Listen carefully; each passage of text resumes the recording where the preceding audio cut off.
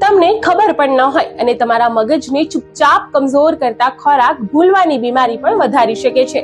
આપણે રોજબરોજ જે ખોરાક લઈએ છીએ તેની અસર માત્ર શરીર જ નહીં પરંતુ મગજ પર પણ થાય છે. એક્સપર્ટ્સના મતે કેટલાક ખોરાક એવા છે જે આરોગ્ય બાદ તે મગજને નુકસાન પહોંચાડે છે, જેની યાદ શક્તિ અને વિચાર શક્તિ પર નકારાત્મક અસર થાય છે. આવા ખોરાકમાં વધુ ખાંડવાળા ખોરાક અને પીણા પણ છે. સોડા, મીઠાઈ અને મીઠા જ્યુસમાં રહેલ ખાંડ હિપ્પોકેમ્પસને અસર કરે છે, જે મગજની યાદ શક્તિ સંભાળતા ભાગને અસર કરે છે. પરિણામે યાદ શક્તિ નબળી પડે છે. તળેલા ખોરાકથી પણ સાવધાન રહેવું જોઈએ. ફ્રેન્ચ ફ્રાઈઝ, ચિપ્સ અને તળેલા નાસ્તા મગજમાં સોજો પેદા કરે છે. આ ઉપરાંત ખોરાક તળતી વખતે નીકળતા કેમિકલ મગજના કોષો માટે હાનિકારક સાબિત થાય છે.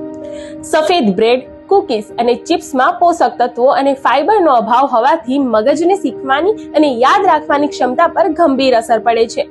એસ્પાર્ટમ અને સુલોજ જેવા સ્વીટનર્સ મગજના કોષોની કાર્યક્ષમતામાં ઘટાડે છે. યાદ શક્તિ ધીમે ધીમે નબળી બનાવે છે. હોટ ડોગ્સ અને બેકન જેવા ખોરાકમાં રહેલા સોડિયમ અને પ્રિઝર્વેટિવ્સ મગજના રક્તસ્રાવને અસર કરે છે. પરિણામે લાંબા ગાળે યાદ શક્તિને અસર પહોંચે છે. જો મગજને તંદુરસ્ત રાખવું હોય તો આ પ્રકારના ફૂડથી દૂર રહેવામાં જ શાણપણ છે. વધુ અપડેટ માટે જોતા રહો સરદાર ગુર્જરી ડિજિટલ.